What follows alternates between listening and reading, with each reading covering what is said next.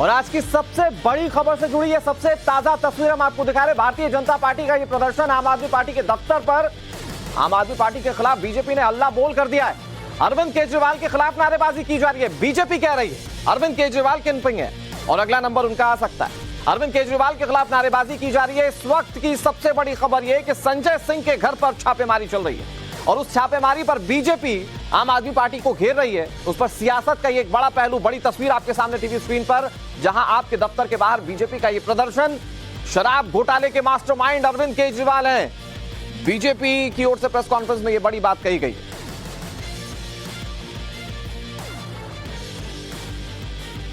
और रविकांत हमारे सहयोगी ज्यादा जानकारी के साथ जुड़ गए। रविकांत, अब से कुछ देर पहले आपके साथ जुड़े थे तो कार्यकर्ताओं की संख्या कुछ कम नजर आ रही थी, लेकिन इस वक्त हम देख रहे हैं कि हाथों में बैनर, पोस्टर है, बैरिकेडिंग है और पुलिस कार्यकर्ताओं को रोकने की कोशिश कर रही है। क्या तस्वीरें इस वक्त दर्शकों को आप दिखाएंगे?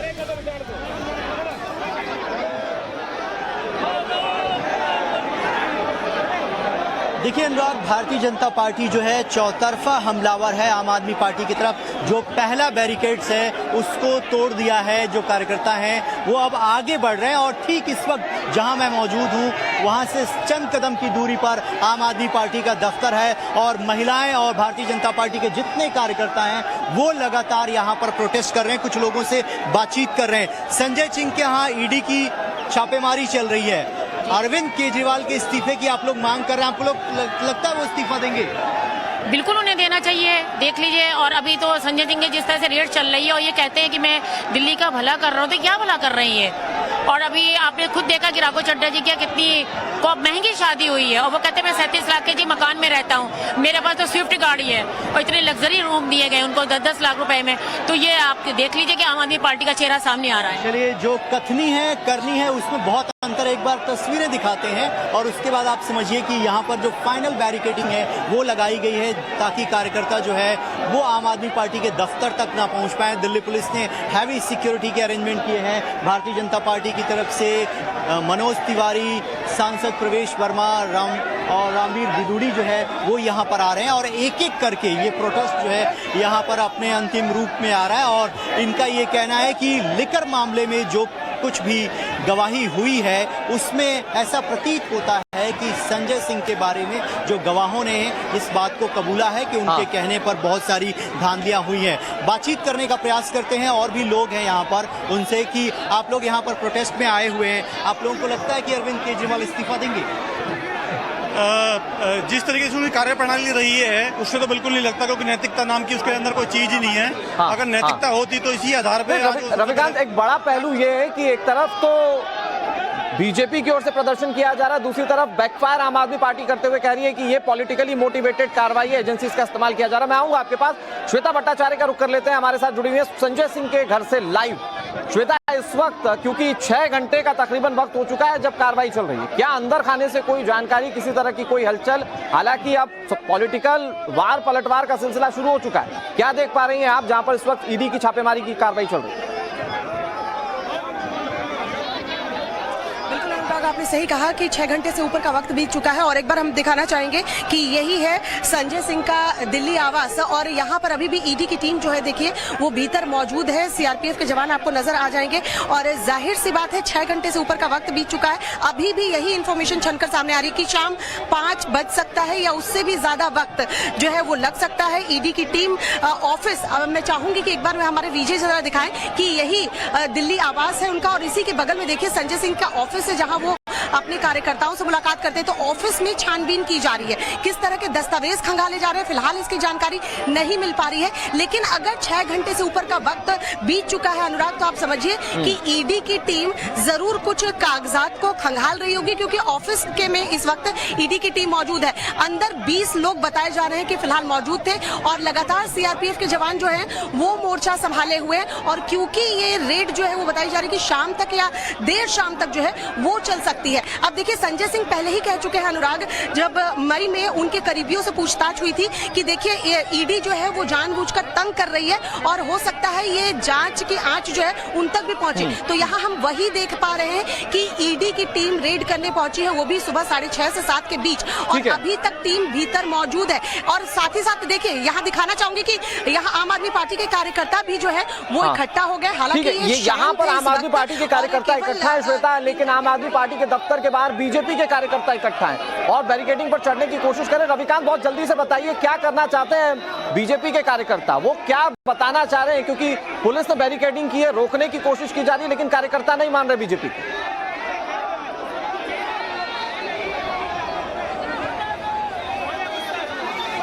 देखिए अनुराग, सिंपल बात है, आम आदमी पार्टी के खिलाफ जिस तरीके से बीजेपी हमलावर है, भारतीय जनता पार्टी के जो कार्यकर्ता हैं वो यहाँ पर आरोप लगा रहे हैं और जो भारी संख्या में कार्यकर्ता हैं उनका साफ तौर पर कहना है कि दिल्ली के अंदर जो कुछ भी भ्रष्टाचार हो रहा है उसके लिए कहीं ना कहीं अरविंद केजरीवाल परोक्ष रूप से जिम्मेदार है। और इस वक्त जो इन्फोर्समेंट डायरेक्टरेट की छापेमारी चल रही है सांसद संजय सिंह के आवास पर, उनका ये कहना है कि गवाहों ने इस बात को कबूला है कि जो लिकर पॉलिसी है उसमें जो घोटाले हुए हैं वो बड़े नेताओं के कहने पर हुए हैं। ऐसे में ये भारतीय जनता पार्टी के जो कार्यकर्ता हैं वो ये कह रहे हैं कि अब नैतिक आधार नहीं है यहाँ पर उनको अपने पद नहीं, लेकिन रविकांत अगर आप लोगों से बात कर पाएं, क्योंकि आम आदमी पार्टी कह रही है कि पॉलिटिकल मोटिवेटेड कार्रवाइयां हैं।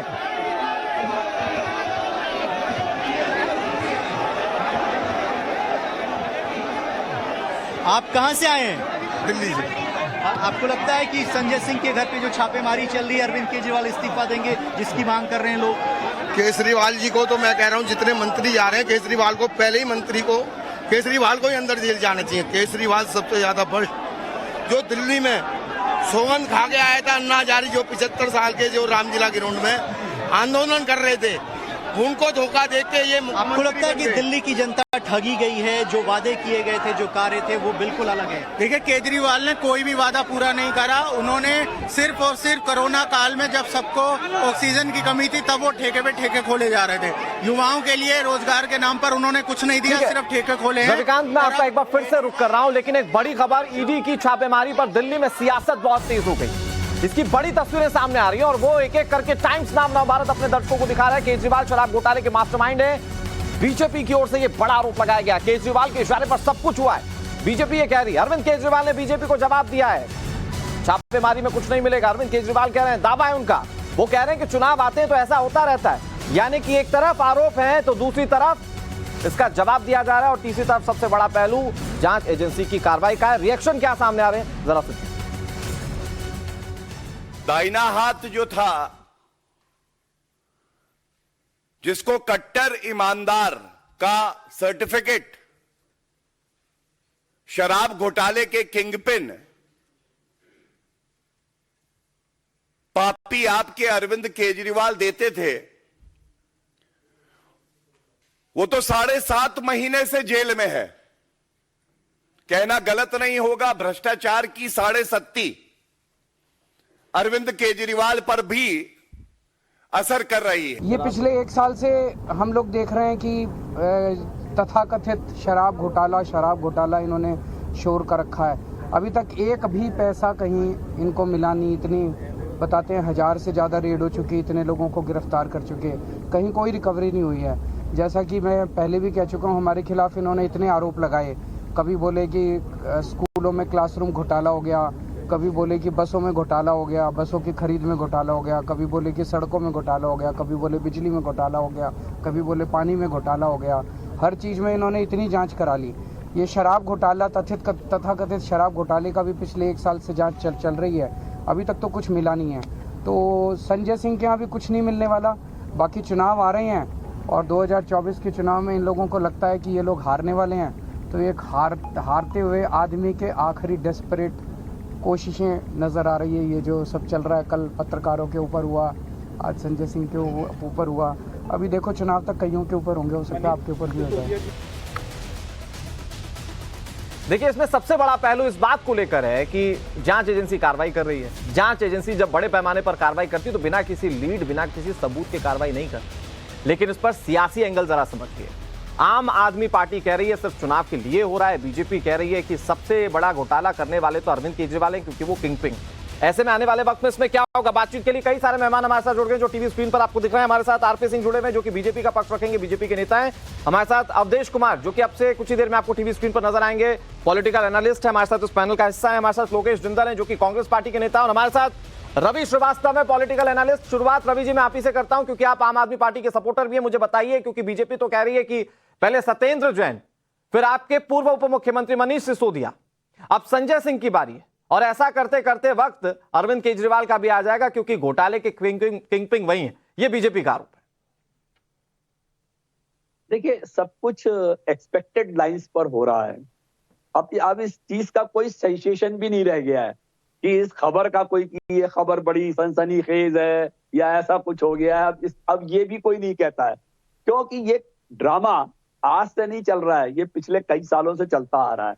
आज 15 महीने हो गए लिकर गेट घोटाले को, ना तो आज तक उसमें किसी के घर से कोई 1 रुपया मिला, ना किसी के कोई बैंक अकाउंट से कोई 1 रुपया मिला। नहीं, लेकिन रवि जी मुझे एक बात बताइए कि ये मामला तो कानूनी है ना, ये मामला तो कानूनी है, और जब मामला कानूनी है तो आप लोग भी कोर्ट के दरवाजे पर गए। एक नहीं कई मर्तबा आप लोगों ने कोशिश की कि आप लोगों को जमानत मिल जाए, अच्छे अच्छे वकील खड़े कर देते हैं आप लोग, लेकिन अगर कानून के ग्राउंड पर बात करें तो आप लोगों को जमानत नहीं मिलती आपके नेताओं को। देखिए, हमें इस बात से कोई संकोच नहीं है, क्योंकि ये बात अरविंद केजरीवाल बहुत पहले कह चुके हैं। कभी जनवरी में कह चुके थे पिछले साल कि पहले मनीष सिसोदिया जेल जाएंगे, फिर सत्येंद्र जैन जेल जाएंगे, फिर मेरा भी नंबर लग सकता है। ये बात भी वो कह चुके हैं। लेकिन बीजेपी तो क्लियर कहती है ना कि आपने घोटाला किया तो आपको पता है कि आपको जेल जाना है। नहीं, अगर वो बात होती तो अब तक चार्जशीट फाइल होकर के अब तक सारे, जैसे अभी एक मुझे टिकर पढ़ रहा था मैं कि एक गवाह जो कल पकड़े गए वो वायदा माफ गवाह जिन्हें अप्रूवल कहते हैं वो बन गए हैं, और बीजेपी ने ये कहा कि वो वायदा माफ गवाह ने इन लोगों का नाम लिया है। अरे भाई, ईडी क्या बीजेपी के घर पे बैठती है क्या? ये जो गवाह मिलते हैं वो सबसे पहले बयान बीजेपी को देते हैं जाकर के ईडी के पहले। लेकिन आपने चार्जशीट का जिक्र किया ना सर, ठीक है, मैं कह रहा हूं कि आप उस स्तर पर जो सवाल उठा रहे हैं वो आपके अपने सवाल हैं, लेकिन आपने चार्जशीट का जिक्र किया, और चार्जशीट क्या कहती है? दिनेश अरोड़ा की मुख्यमंत्री से मुलाकात हुई थी। इस चार्जशीट में इस बात को साफ लिखा गया है कि संजय सिंह उस मुलाकात में मौजूद थे, उन्होंने अपना जिम्मा दिया, ये चार्जशीट के मुताबिक उन्होंने जिम्मा दिया कि जो रेस्टोरेंट के कारोबारी हैं वो फंड इकट्ठा करें, और 32 लाख रुपए की डीलिंग, जिसका आरोप बीजेपी कर रही है, लगा रही है, वो 32 लाख रुपए की डीलिंग की गई।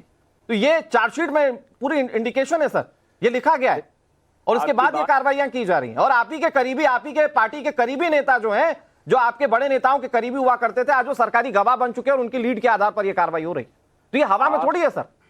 आपकी बात से मैं इनकार नहीं कर रहा हूं, पर मैं ये कहना चाहता हूं कि ये सारी चीजें कोर्ट में सबूत के साथ कोर्ट को एक्सेप्ट होनी पड़ती हैं। आप कुछ भी लिख सकते हैं अपनी तरफ से, ये वहां मौजूद था, वो यहाँ वही तो बात है ना कि चलिए मान लिया कि आपके हिसाब से जांच एजेंसी एक पॉलिटिकल पार्टी के हिसाब से कार्रवाई कर रही है, कोर्ट के भी तो दर पर आप जाते हैं, कोर्ट के दर पर जाते हैं, तो वहां पर आप सबूत नहीं रख पाते कि आपके नेताओं को बेल तक मिल पाए। दोषी और निर्दोष तो छोड़ दीजिए, बेल के लिए आप सबूत नहीं रख पा रहे हैं।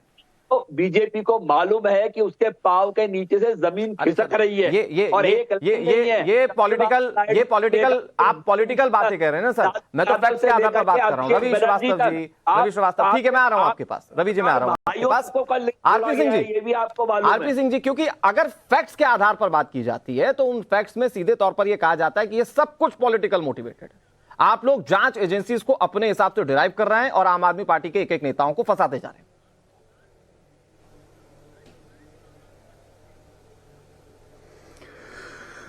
देखिए अनुराग जी, जो बयान आए हैं, जो चार्जशीट में जानकारी आई है, उसके अनुसार 35 लाख रुपए की तो भाई चेक रकम गई है। इसकी जानकारी तो पुख्ता हो गई कि 35 लाख रुपए आम आदमी पार्टी के खाते में दिनेश अरोड़ा या उनके साथियों के खाते से पैसे गए हैं, और बाकी पैसे नंबर 2 में बिना खातों के पैसे कितने गएंगे उसकी जानकारी भी वो दे रहा है। तो इसमें तो कोई शक नहीं कि ये आपस में मिली जुला मामला है, और अगर इनके पास कोई तथ्य होते हैं। रिश्वत लेता है क्या? कोई चेक से रिश्वत लेता है क्या? आप मुझे बता दीजिए। चेक का पैसा तो अकाउंट के अंदर रहता है भाई, चेक से कोई रिश्वत लेता है आपकी क्या बात भाई? पूरी हो गई? ठीक है रवि जी मैंने आपको अच्छा खासा वक्त दिया, आपके पास बहुत मौका था सवालों का जवाब देने का। आप सुन आपकी लीजिए। बात पूरी आरपी हो सिंह जी, गई, प्लीज। आपकी बात। मैं कह रहा, चेक से पेमेंट किया, आप कह रहे हैं कि वो रिश्वत ले। ठीक है आरपी सिंह जी प्लीज अपनी ये बात को कह रहे हैं complete कोई कीजिए,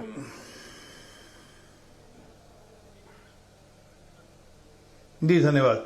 वो इसलिए लिया कि उनको पार्टी फंड में पैसे चाहिए थे। और किससे लिया? दिनेश अरोड़ा से, जो कि इस पूरे मामले का कंड्यूड था।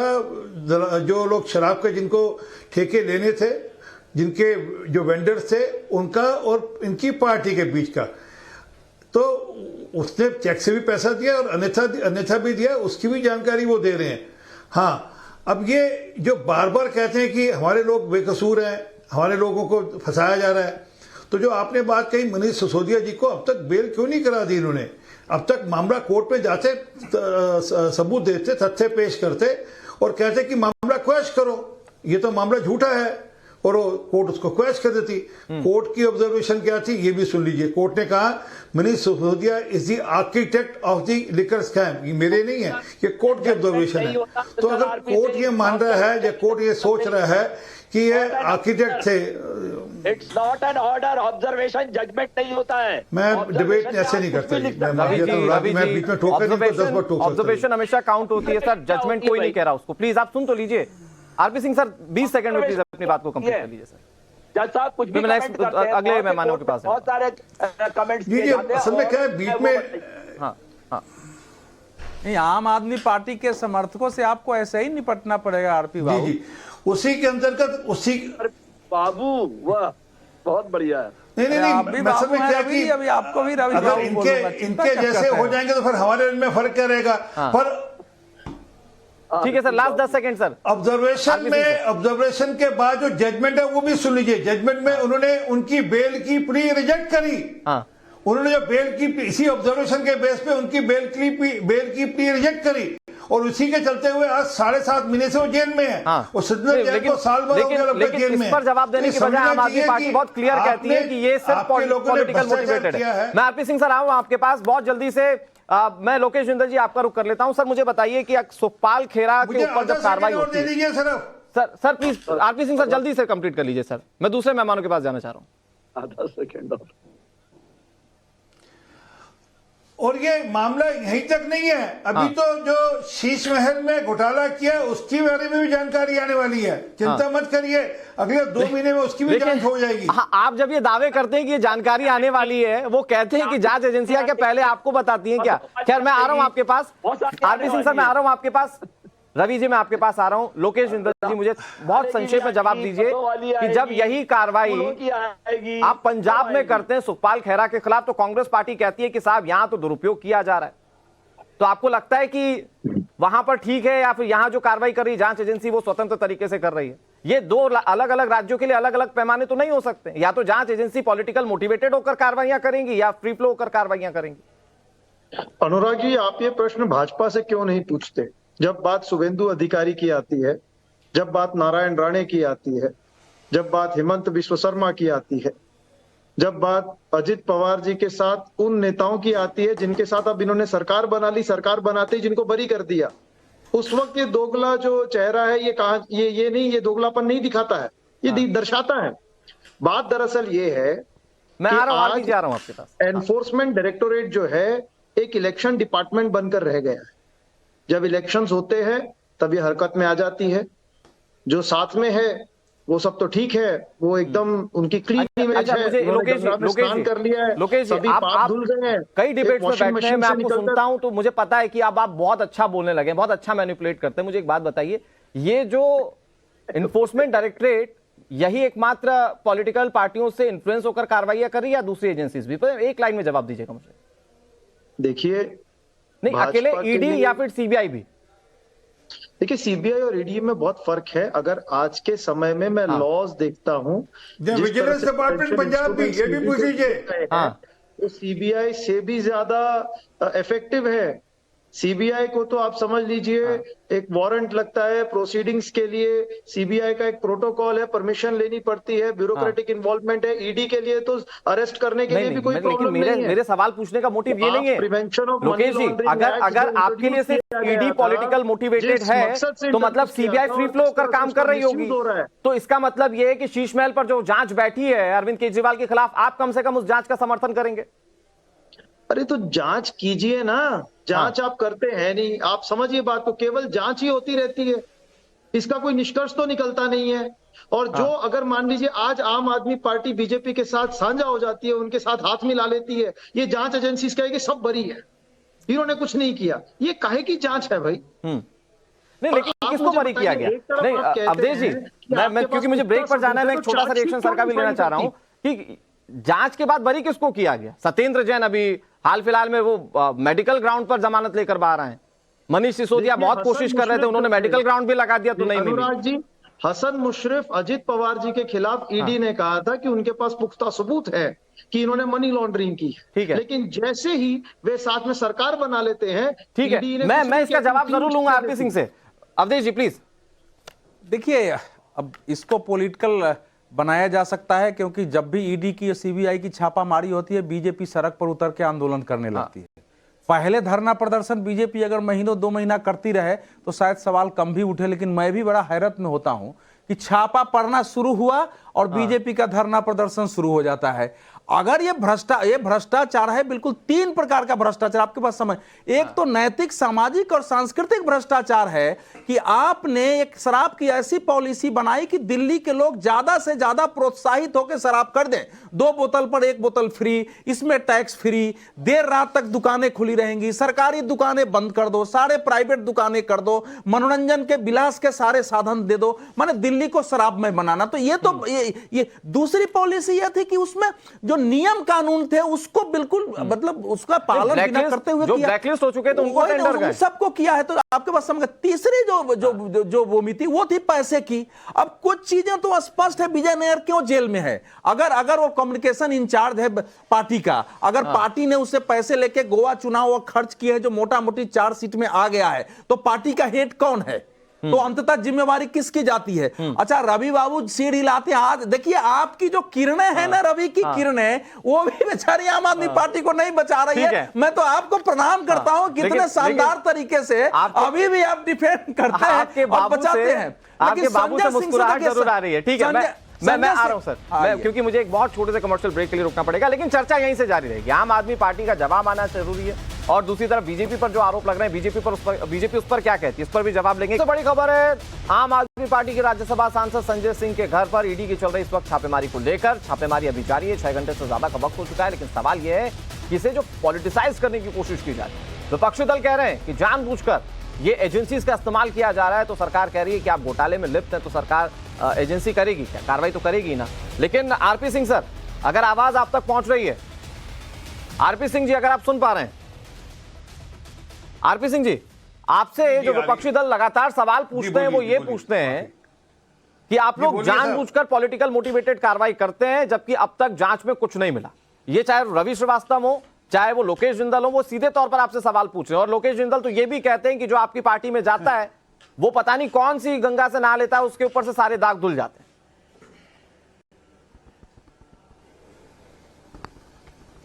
देखिए, उनसे पूछिए, 4 मंत्री इनके कांग्रेस के जेल में हैं पंजाब में, उनमें उप मुख्यमंत्री भी जेल में है और एक विधायक भी जेल है। 5 लोगों के खिलाफ मुकदमे चल रहे हैं, जिसमें अगर ठीक मेरी जानकारी है सबके सब जेल में है।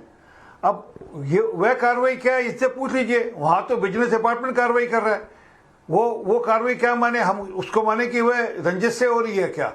तो हमें क्या कि ये कानूनी कार्रवाई जब होगी तो होगी, एक बात। दूसरी बात, कोई भी व्यक्ति कहीं भी छोड़ा नहीं जा रहा, कहीं ऐसा नहीं हो रहा कि किसी को कहीं कोई स्पेशल बेनिफिट मिल रहा है। सबके खिलाफ कार्रवाई होगी, जिसके खिलाफ मुकदमा कार्रवाई होगी, जो कोर्ट से अपनी कोई बचाव कर रहा है। वो कह रहे हैं कि अब तक तो आप कई जांच बैठा चुके हैं, कितने लोगों को सजा दिलवा पाए? अच्छे, एक मिनट सुन लीजिए, मैं बता रहा हूं, एक मिनट सुन लीजिए ना, सुन लीजिए। हमारे यहाँ कोर्ट की प्रक्रिया ही ऐसी है कि समय लगता है, कई साल लगते हैं। कोर्ट की प्रक्रिया ऐसी है। अभी जगदीश चाइटलर को सिर्फ मुकदमा दर्ज करने में और उसके खिलाफ कार्रवाई शुरू करने में हमको 35 साल लग गए। तो ये तो कोर्ट की कार्रवाई है, हम इसमें क्या कर सकते हैं? अगर आज राहुल गांधी और सोनिया गांधी बेल पर है और उनके खिलाफ कार्रवाई में समय लग रहा है तो कोर्ट की प्रक्रिया है। अगर ये सिसोदिया और सतेंद्र जैन जेल में है और उनको बेल नहीं दे रही कोर्ट, और वो कह रही है कि ये आर्किटेक्ट हैं, ये खरंजा जो बनाया गया पूरा शराब घोटाले का इन्होंने बनाया, तो इसमें कोर्ट की कार्रवाई है, ये कोर्ट अपना समय लेगा। ठीक है सर। और संजय सिंह जी के बारे में भी जो कोर्ट के अनुसार होगा वो होगा। ठीक है सर। शाम तक आपके पास पूरी जानकारी मैं इसी चीज को आगे बढ़ाते हुए अनुराग एक मुझे ये कहना है, ठीक है अवधेश जी, कानूनी लड़ाई आरपी सिंह, देखिए कानूनी लड़ाई अपनी जगह है, लेकिन दिल्ली में या भ्रष्टाचार के खिलाफ जो राजनीतिक लड़ाई है वो तो बिल्कुल नहीं दिखता है ना। माने आप केवल कानूनी लड़ाई से भ्रष्टाचार का अंत नहीं हो सकता है। कानूनी लड़ाई की अपनी सीमाएं हैं, वो 25 वर्ष 50 वर्ष तक जा सकती है, लेकिन पॉलिटिकल मूवमेंट अगर भारतीय जनता पार्टी ये मानती है कि दिल्ली की सरकार संपूर्ण भ्रष्टाचार है, पार्टी विपक्ष में है, उसके पास विशेष कोई काम नहीं है, एक आंदोलन पार्टी ने लंबे समय तक खड़ा नहीं किया है, तो जनता इनसे भी पूछेगी कि क्या केवल कानून और एजेंसी की बदौलत भ्रष्टाचार की आप लड़ाई लड़ते हैं या आप राजनीतिक लड़ाई बना के जनता के बीच ले जाते हैं? ठीक है, आरपी सिंह मेन सर, बात इसमें यह होती है। आरपी सिंह सर प्लीज जवाब दे दीजिए। अवधेश जी आपकी जानकारी दे रहा हूं, आपको जानकारी दे रहा हूं। ये जो शीश महल का मामला था, हमने शीश महल, इन्होंने तो लोगों को जाने दिया शीश महल में, हमने शीश महल का पूरा कटआउट बनाकर दिल्ली के अंदर 270 जगहों पर उसकी प्रदर्शनी लगाई ताकि लोग देख सकें किस प्रकार का शीश महल है, और उस पर निरंतर नीचे वार्ड लेवल पे प्रोटेस्ट हो रहा है उसका। तो इसलिए कुछ कार्रवाई जमीन पर होती है, कुछ कार्रवाई कोर्ट कचहरी। ठीक है सर, लेकिन आरपी सिंह सर आपने जो बात कही मुझे लगता है कि वो देश का हर व्यक्ति मानेगा कि कोर्ट के काम करने का अपना एक तरीका है और जस्टिस मिलने की अपनी एक प्रक्रिया है। तो रवि श्रीवास्तव सर मुझे ये बताइए कि फिर जब कार्रवाइयां होने लग जाती हैं तभी से पॉलिटिकल मोटिवेटेड क्यों करार दिया जाता है? आप इंतजार कीजिए, जांच में क्या निकलकर सामने आ रहा है। आज की सच्चाई ये कि आपके जितने नेता जेल में बंद हैं वो जब कानून के दरवाजे पर जाते हैं तो पुख्ता सबूत नहीं रख पाते जिससे कि उनको जमानत तक मिल पाए। देखिए, जमानत के बारे में बेल जो है वो रूल है और जेल जो है वो एक्सेप्शन है, मगर हर चीज के अंदर इस तरह से जो एजेंसीज हैं वो एक्सप्लॉइट करती हैं, कानूनी प्रक्रिया को भी एक्सप्लॉइट करती हैं कि जज बदल दिए जाते हैं, समय पे कागज नहीं किए जाते हैं, एडजमेंट लिए जाते हैं। ये बहुत सारी चीजें हैं जिनकी वजह से कानूनी प्रक्रिया में डिले होता है। देखिए, इनको कोर्ट पे विश्वास नहीं है, इनको जुडिशरी पे विश्वास नहीं है।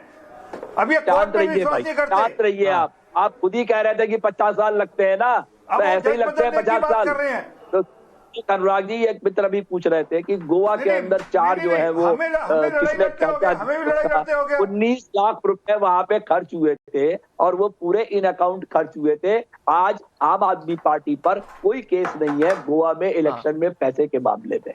देश की आज तीसरे नंबर की पार्टी ईडी के चार्जशीट में लिखा हुआ है सर कि विजय नायर ने कबूलनामा किया है कैश में लोगे कि चेक में लोगे एजेंसियों से, आपको इतने पैसे कैश में लेने पड़ेंगे। वो तो टेप है, साफ सामने है, और टेप है कोर्ट के अंदर। दिलचस्प है, पहले रवि श्रीवास्तव कह रहे थे बताइए चार्जशीट कहां दाखिल है, चार्जशीट में कहां लिखा है, अब चार्जशीट में जो लिखा वो नहीं मान रहे।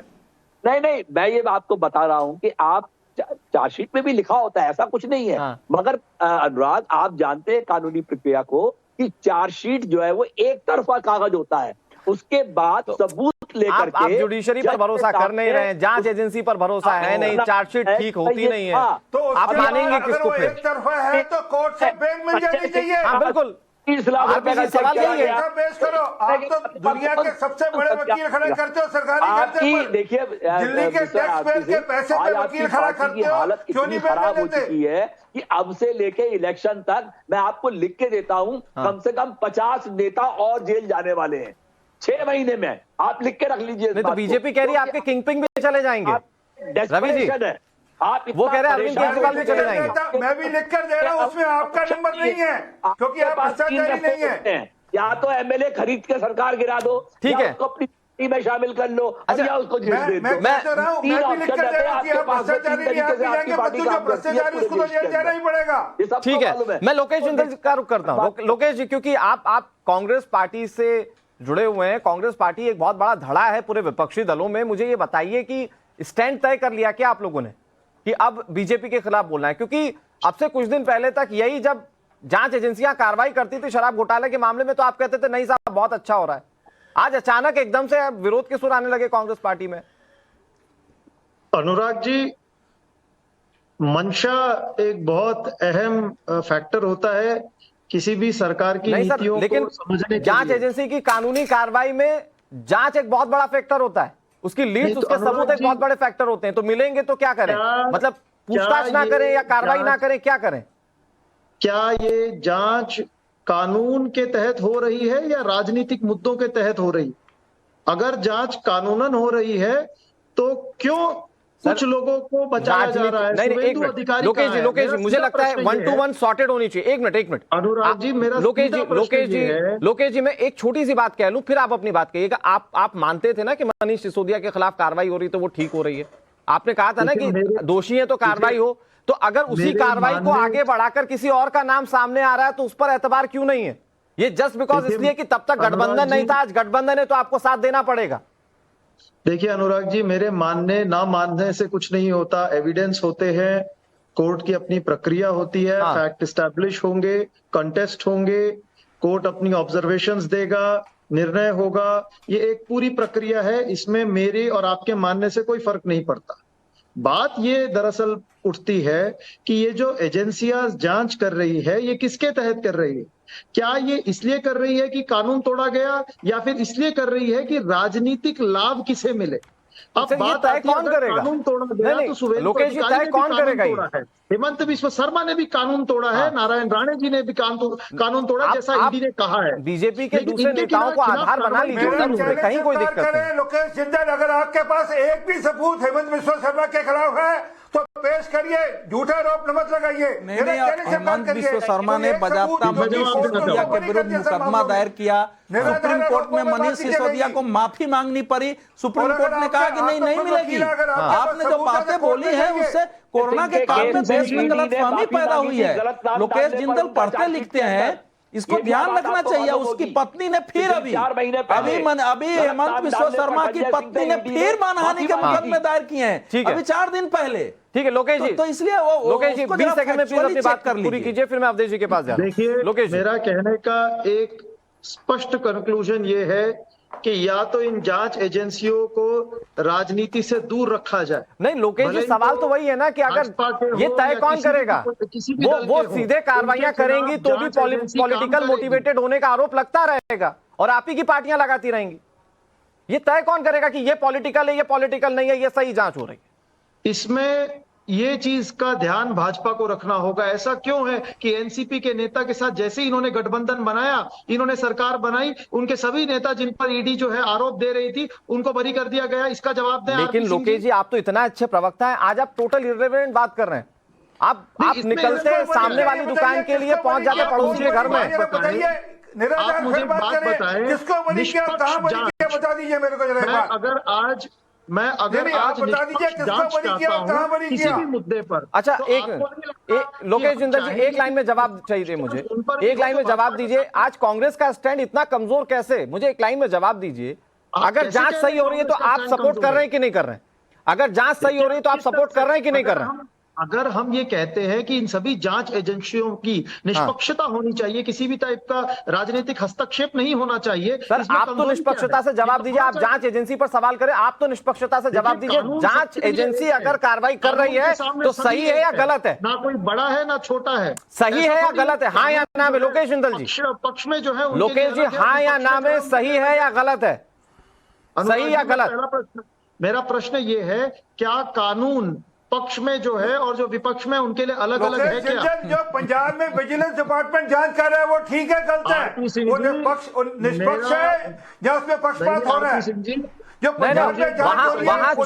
वहां चूंकि अपने नेता पर बात आ गई ना तो आम आदमी पार्टी गलत है, लेकिन यहां पर आम आदमी पार्टी बीजेपी के खिलाफ लड़ रही है तो ये कार्रवाई गलत है, आम आदमी पार्टी गलत नहीं। आपने 4 मंत्री एक विधायक जेल में डाला, वो पक्ष है या निष्पक्ष है? खिलाफ कब कार्रवाई करेंगे जिन्हें आप गठबंधन से पहले दोषी मानते थे? आपको अनुराग प्रश्न का उत्तर नहीं मिलने वाला नहीं मिलेगा सर, मैं लेकिन मुझे एक चीज का जवाब आप दीजिए सर। अच्छा आप ये बताइए, आपने लालू यादव को चोर कहा था, नहीं कहा था? शरद यादव को चोर, शरद पवार को चोर कहा था, नहीं कहा था? सत्ता किसकी आपने है? कहा था राहुल गांधी सबसे ज्यादा भ्रष्टाचारी है। आपके मुख्यमंत्री अभी बघेल साहब को क्या कह रहे हैं? अभी क्या कह रहे हैं बघेल को? कांग्रेस के समर्थक हैं ये आम आदमी वाले नहीं है। समझौता करते हैं आप? नहीं अनुराग जी, असल में बात क्या है, भाजपा के कार्यकर्ता अभी भी विपक्षी मानसिकता से बाहर नहीं निकले। नहीं भूल गए पिछले 10 लोकेश जी, ठीक है, अब मुझे लगता है कि अच्छी खासी चर्चा होगी।